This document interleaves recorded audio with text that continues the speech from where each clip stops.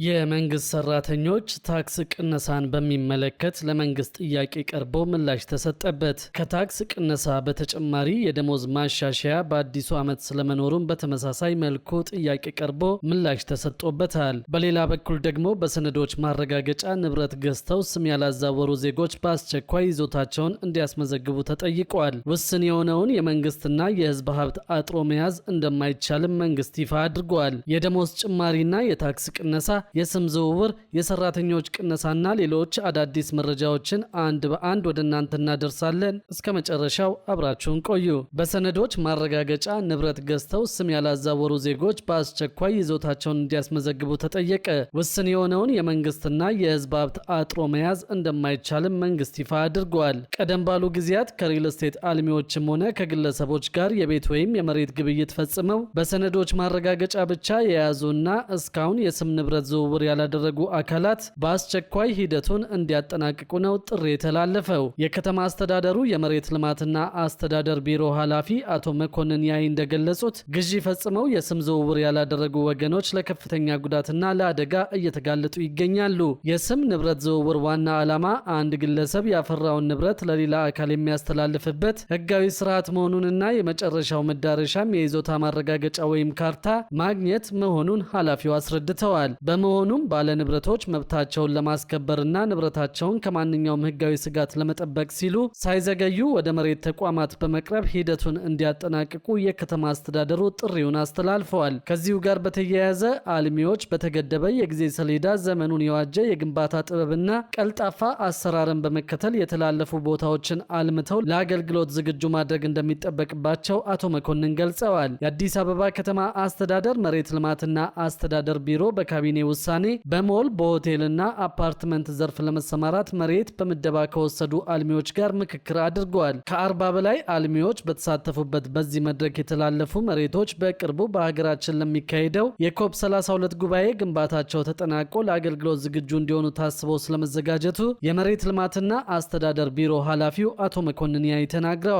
ባለፉት ጥቂት ዓመታት ከተላለፉ ቦታዎች የተወሰኑ አልሚዎች በገቡት የሊዝ ውል መሰረት የሚጠበቅባቸውን ፎርማሊቲ አሟልተው ወደ ልማት መግባት ያልቻሉ መሆናቸውን አረጋግጠናል ያሉት የቢሮ ኃላፊው ከዚህ በኋላ ግን የተላለፉ ውስን የሆነውን የመንግስትና የህዝብ ሀብት አጥሮ መያዝ እንደማይቻል ገልጸዋል። አክለውም ቢሮ ለስራው መሳካት ተጠያቂነት ባለው መልኩ ከሌብነት ተግባራት የጸዳ የጠራ አገልግሎት ለመስጠት ዝግጁ መሆኑን ገልጸዋል። በሌላ በኩል ደግሞ የመንግስት ሰራተኞች ታክስ ቅነሳን በሚመለከት ለመንግስት ጥያቄ ቀርቦ ምላሽ ተሰጠበት።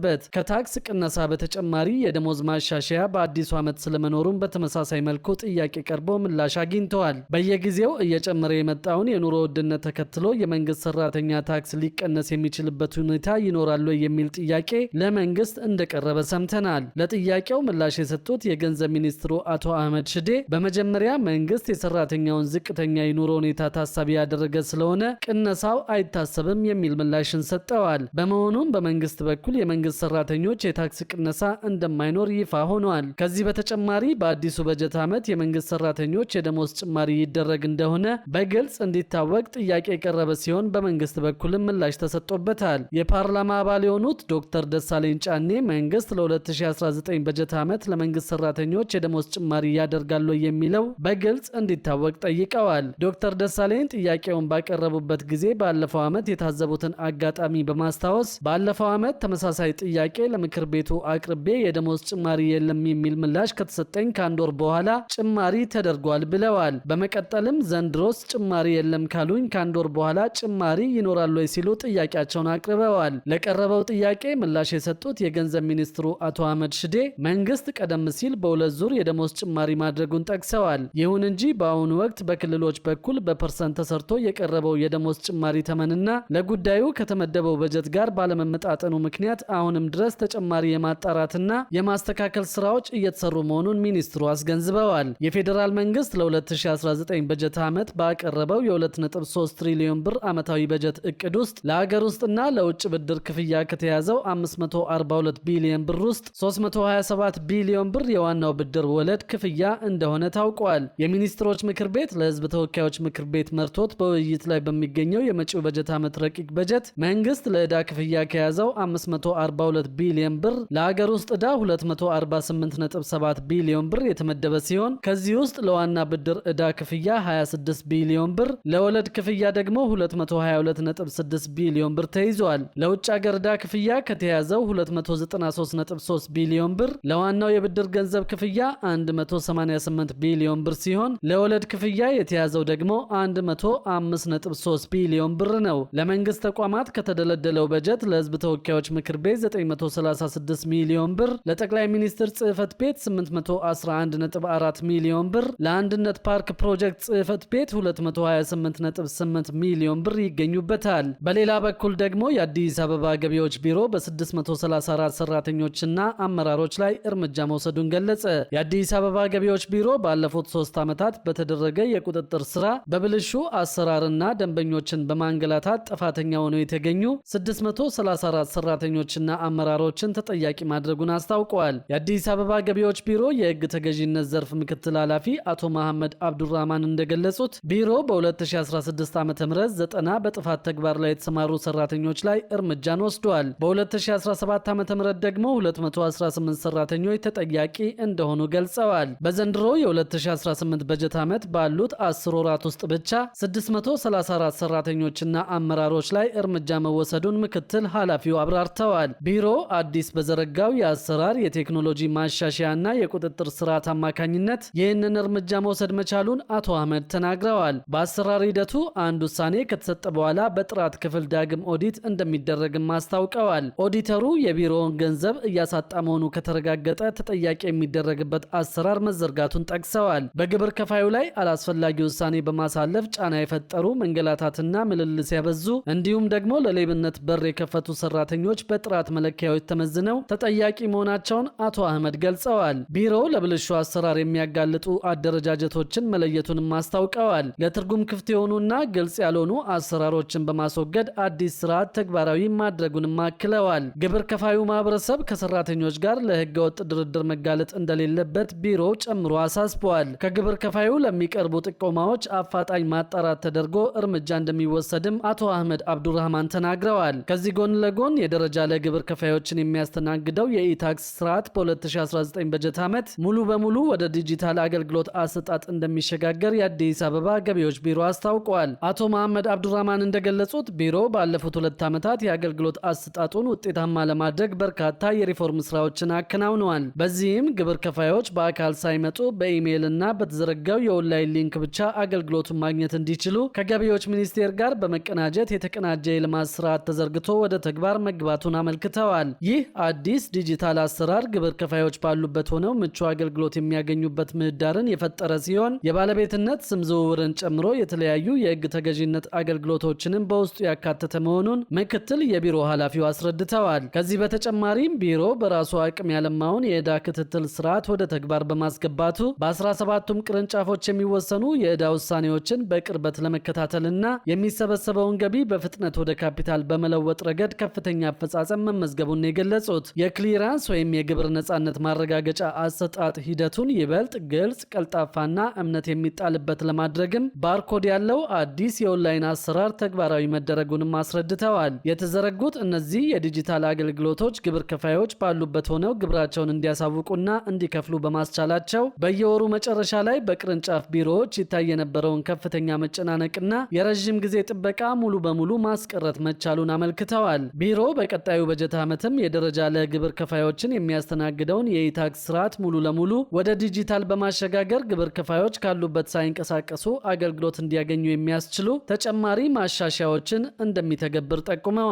በሌላ በኩል ደግሞ በኢትዮጵያና በኬንያ ድንበር የጠረፍ ንግድ ላይ ለመሰማራት ለምትፈልጉ አዲስ መረጃ በመንግስት በኩል ይፋ ተደርገዋል። በድንበር አካባቢ ግብይት የሚካሄድባቸው 58 ምርቶች መሆናቸውንና በ4 ጉዞዎች ስለሚደረጉ ግብይቶች የሚመለከት መረጃ ደርሶናል። በኢትዮጵያና በኬንያ ድንበር የጠረፍ ንግድ ግብይት የሚካሄድባቸው 58 ምርቶችን የንግድና ቀጠናዊ ትስስር ሚኒስቴር ነው ይፋ ያደረገው። ሚኒስቴሩ ዝርዝር ምርቶቹን ይፋ ያደረገው ሰኔ 19 2018 ዓ.ም ባወጣው የኢትዮጵያና የኬንያ የጠረፍ ንግድ መመሪያ መሰረት ነው። በመመሪያው መሰረትም ከኢትዮጵያና ከኬንያ የድንበር በር ጀምሮ በኢትዮጵያ በኩል 50 ኪሎ ሜትር በኬንያ በኩል 100 ኪሎ ሜትር ርቀት ውስጥ ንግድ የሚደረግባቸው 58 ምርቶች ይፋ ተደርገዋል። በአንድ ጉዞም በሬ ከ2 ያልበለጠ፣ ፍየል ከ5 ያልበለጠ፣ በግ ከ5 ያልበለጠ፣ ግመል ግመል ከሁለት ያልበለጠ ዶሮ፣ አሳና የአሳ ውጤቶች፣ ወተት፣ እርጎ፣ ቅቤ፣ አይብ፣ የተፈጥሮ ማርና እንቁላል ከጠረፍ ንግድ ግብይት ምርቶች ውስጥ ከቀዳሚዎቹ ተርታ ተቀምጠዋል። አትክልቶች፣ ፍራፍሬዎች፣ በርበሬ፣ ቅመማ ቅመም፣ ዝንጅብል፣ ሻይ ቅጠልና ቦሎቄ በአንድ ጉዞ ከአንድ ኩንታል ያልበለጠ፣ ሩዝ፣ ዳጉሳ፣ ዱቄት፣ የምግብ ዘይት፣ ከረሜላ፣ ማስቲካ፣ የፍራፍሬ ጭማቂ፣ ዱቄት፣ ጁስ፣ እርሾ ከጠረፍ ምርቶች መካከል ይገኙበታል። ውሃ፣ ለስላሳ መጠጦች፣ ቢራ፣ የአልኮል መጠጦች፣ ጨው፣ የማስዋቢያ ምርቶች ወይም ኮስሞቲክስ፣ የንጽህና መጠበቂያ ምርቶች፣ ሳሙና፣ ሻማ፣ ቆዳና ሌጦ፣ የቆዳ ምርቶች፣ የቤት ማስዋቢያ ምርቶች፣ የሴቶች አልባሳት፣ የወንዶች አልባሳት፣ የህፃናት አልባሳት፣ የወባ መከላከያ መረብ ወይም አጎበር፣ ጫማ፣ የአሉሚኒየም ምርቶች፣ የስልክ ቀፎዎች፣ ፍራሽ፣ የቤትና የቢሮ ዕቃዎች፣ የጽህፈት መሳሪያዎችና ሌሎች ምርቶችም አሉበት። የወጪ ምርቶች የመሸጫ የዋጋ ግምት የሚሰላው ሚኒስቴሩ ወይም የሚወክለው የክልል መስተዳደር በሚያወጣው ወቅታዊ የምርቶች የዋጋ ዝርዝር መሰረት እንደሚሆን የገቢ ምርቶች ዋጋ አግባብነት ባላቸው የጉምሩክ ህጎች እንደሚወሰን በመመሪያው ተካቷል። የንግድና ቀጠናዊ ትስስር ሚኒስቴር ወይም በሚኒስቴሩ ውክልና የተሰጠው የክልል መስተዳደር የጠረፍ ንግድ ምርቶች መሸጫ ዋጋ ዝርዝር፣ የተሰጡና የተሰረዙ የጠረፍ ንግድ ስራ ፈቃዶችን የሚመለከቱ መረጃዎችን ለድንበር በር የጉምሩክ ኮሚሽን ቅርንጫፍ ጽህፈት ቤት እንደሚያሳውቅ መመሪያው ይገልጻል። ዜግነቱ ኢትዮጵያዊ የሆነ በመደበኛ ንግድ ያልተሰማራ በድንበር አካባቢ በቋሚነት የሚኖር በድንበር አካባቢ ማህበረሰብ ተሳትፎና የመስተዳደር አካላት የተመረጠ በድንበር አካባቢ ውስጥ ብቻ ለመነገድ ፈቃደኛ የሆነ የሚሉ መስፈርቶችን የሚያሟላ ማንኛውም ግለሰብ በጠረፍ ንግድ ስራ መሰማራት ይችላል ተብሏል። የሚደረገው ምርጫ ለሴቶችና ተጋላጭ ለሆኑ የህብረተሰብ ክፍሎች ቅድሚያ እንደሚሰጥም በመመሪያው ላይ ሰፍሯል። በኢትዮጵያና በኬንያ የድንበር አካባቢ በሚካሄደው የጠረፍ ንግድ ተፈጻሚ በሚሆነው መመሪያ መሰረትም አንድ ነጋዴ በአንድ ወር ውስጥ የሚያስገባውና የሚያስወጣው የምርት መጠን ግምቱ $1000 ተመጣጣኝ የኢትዮጵያ ብር ወይም ተመጣጣኝ የኬንያ ሽልንግ መብለጥ የለበትም ተብሏል። ነጋዴው የሚነግደው ምርት መጠን $1000 ተመጣጣኝ የኢትዮጵያ ብር ወይም ተመጣጣኝ የኬንያ ሽልንግ ግምት እስካልበለጠ ድረስ በወር 4 ጉዞዎችን ማድረግ እንደሚችልም መመሪያው ይፈቅዳል። ማንኛውም የጠረፍ ነጋዴ የጠረፍ ንግድ ምርቶችን ማስወጣትና ማስገባት የሚችለው የኢትዮጵያ ጉምሩክ ኮሚሽን የጉምሩክ ስነ ስርዓት አገልግሎት በሚሰጥባቸው የድንበር በሮች በኩል ብቻ መሆኑም ተገልጿል። የጠረፍ ንግድ ስራ ፈቃድ አጠቃቀም የጠረፍ ንግድ ስራ ፈቃድን በውሰት ወይም በሌላ መንገድ ለሌላ ሰው ማስተላለፍ፣ በተጨማሪም የሌላ ሰው ፈቃድን መጠቀም ለማንኛውም የጠረፍ ነጋዴ ክልክል መሆኑ በመመሪያው ላይ ተገልጿል። በሌላ በኩል ደግሞ አስመጪዎች ወደ ሀገር አስገብተው ለገበያ ከዋሉት ዕቃ ከሚያገኙት የሚከፍሉት የገቢ ግብር ነፃ መደረጋቸው ይፋ ተደርገዋል። ባለሀብቶች በነፃ የንግድ ቀጠናዎች ውስጥ ተሰማርተው ዕቃዎችን ከውጭ ሀገር በማስመጣት ለገበያ ካዋሉት ዕቃ በሚያገኙት ግብር የሚከፍሉት ገቢ ላይ ሊከፍሉት ከሚገባው የገቢ ግብር ነፃ እንዲሆኑ መፈቀዱን የገንዘብ ሚኒስቴር ገለጸ። ሚኒስቴሩ ይህንን የፈቀደው የንግድ ቀጠናዎቹ ባለሀብቶችን ይበልጥ የሚስቡ እንዲሆኑ ለማድረግ መሆኑ ተገልጿል። የኢትዮጵያ የኢንዱስትሪ ልማት በሚፈልገው መጠን እንዳያድግ ምክንያት ከሆኑት መካከል የካፒታል እጥረት፣ የግብዓት አቅርቦት ችግርና የባለሙያ እጥረት በዋነኝነት የሚጠቀሱ መሆናቸውን ሚኒስቴሩ በመረጃው ጠቁመዋል። በመሆኑም እነዚህን ችግሮች ደረጃ በደረጃ በማቃለል የሀገር ውስጥ ኢንዱስትሪ ልማትን ማሳደግ እንደሚገባም አሳውቀዋል። በዚህም መሰረት የግብዓቶችና ሌሎች ምርቶች በበቂ መጠን ለገበያ እንዲቀርቡ ለማድረግ አስመጪዎች ምርቱን ለገበያ ከማቅረባቸው በፊት የሚከፍሉት ቀረጥና የሚከፍሉት ታክስ ውስን በሆነው ካፒታላቸው ላይ የሚያሳድረውን ጫና ማቃለል አስፈላጊ ሆኖ ተገኝተዋል። በእነዚህ ምክንያቶች አስመጪዎች ግብዓቶችንና ምርቶችን ቀረጥና ታክስ ሳይከፍሉ ወደ ሀገር ውስጥ አስገብተው ለግብዓቱ ወይም ለምርቱ ገበያ ባገኙ ጊዜ ቀረጥና ታክሱን የሚከፍሉበትን አሰራር የሚፈቅድ የነፃ የንግድ ቀጠና አሰራርም ተዘርግቷል። ይህንን ስርዓት የሚያስፈጽሙ ነፃ የንግድ ቀጠናዎችን በየአካባቢው የተቋቋሙ መሆኑ ተመላክቷል። ይህንን ተከትሎም በነፃ የንግድ ቀጠናዎች ውስጥ ተሰማርተው ምርትና ግብዓት ለገበያ የሚቀርቡ ባለሀብቶች ከላይ ከተጠቀሰው የታክስ አከፋፈል ስርዓት በተጨማሪ ከገቢ ግብር ነፃ እንዲሆኑ ተደርጓል። በመሆኑም ባለሀብቶች ይህንን እድል በመጠቀም በነፃ የንግድ ቀጠናዎች ውስጥ እንዲሰማሩ የገንዘብ ሚኒስቴር ጥሪውን አስተላልፈዋል። በሌላ በኩል ደግሞ የኢትዮጵያ ንግድ ባንክ በዘንድሮ በጀት ዓመት 80 ቢሊዮን ብር የተጣራ ትርፍ ማስመዝገቡን አስታወቀ። ባንኩ በበጀት ዓመቱ 80 ቢሊዮን ብር የተጣራ ትርፍ በማግኘት ስኬታማ ውጤት ማስመዝገቡን የገለጸው የባንኩ ፕሬዝደንት አቶ አቤሳኖ እንደገለጹት ይህ ትርፍ ባንኩ ባለፉት ጊዜያት ያጋጠሙት ከነበሩት ችግሮች በማውጣት ያስመዘገበው ትልቅ ስኬት ነው። ፕሬዝደንቱ የባንኩን የስራ አፈጻጸም አስመልክተው በሰጡት መግለጫ ባንኩ ከ6 ዓመታት በፊት ከነበረበት ችግር ወጥቶ በአሁኑ ወቅት በአፍሪካ ደረጃ ቀዳሚ ከሚባሉ ጠንካራ ባንኮች ተርታ መሰለፉን ተናግረዋል። ባንኩ ለደረሰበት ከፍተኛ የትርፍ መጠን በዋናነት ለግል ዘርፉ የተሰጠው ትኩረት የተበላሸ ብድር መጠን መቀነሱና የዲጂታል ባንኪንግ አገልግሎት መስፋፋት በምክንያትነት ተጠቃሽ መሆናቸውን ገልጸዋል። ባንኩ በበጀት ዓመቱ 648 ቢሊዮን ብር አዲስ ብድር እንደሰጠ የተናገሩት ፕሬዝደንቱ ከዚህ ውስጥ 90 በመቶ የሚሆነው ለግል ዘርፍ የቀረበ መሆኑን አስረድተዋል። ይህም ከ6 ዓመታት በፊት 90 በመቶ ብድር ለመንግስት ተቋማት ይሰጥ ከነበረበት አሰራር የተቀየረ የሪፎርም ውጤት መሆኑን በመጥቀስ በበጀት ዓመቱ ግን 90 በመቶ የሚሆነውን ወይም 588 ቢሊዮን ብሩን ለግል ዘርፍ ማበደሩን ተናግረዋል። በበጀት ዓመቱ ከ774 ቢሊዮን ብር በላይ ተቀማጭ ገንዘብ በማሰባሰብ ጠቅላላ ተቀማጭ ገንዘቡን ከ2.4 ትሪሊዮን ብር በላይ ማድረሱን ገልጸዋል። ባንኩ በቀጣዩ ዓመት 832 ቢሊዮን ብር ተቀማጭ ገንዘብ ለማሰባሰብ እንዲሁም ደግሞ ገቢውን 360 ቢሊዮን ብር ለማድረስ ማቀዱን በመግለጫቸው ጠቁመዋል። በአጠቃላይ ባንኩ የአሰራር ስርዓቱን በማሻሻልና ሪፎርም በማድረግ በሀገሪቱ ከሚገኙ ባንኮች ቀዳሚውን ስፍራ ይዞ እንደሚገኝ ተገልጿል።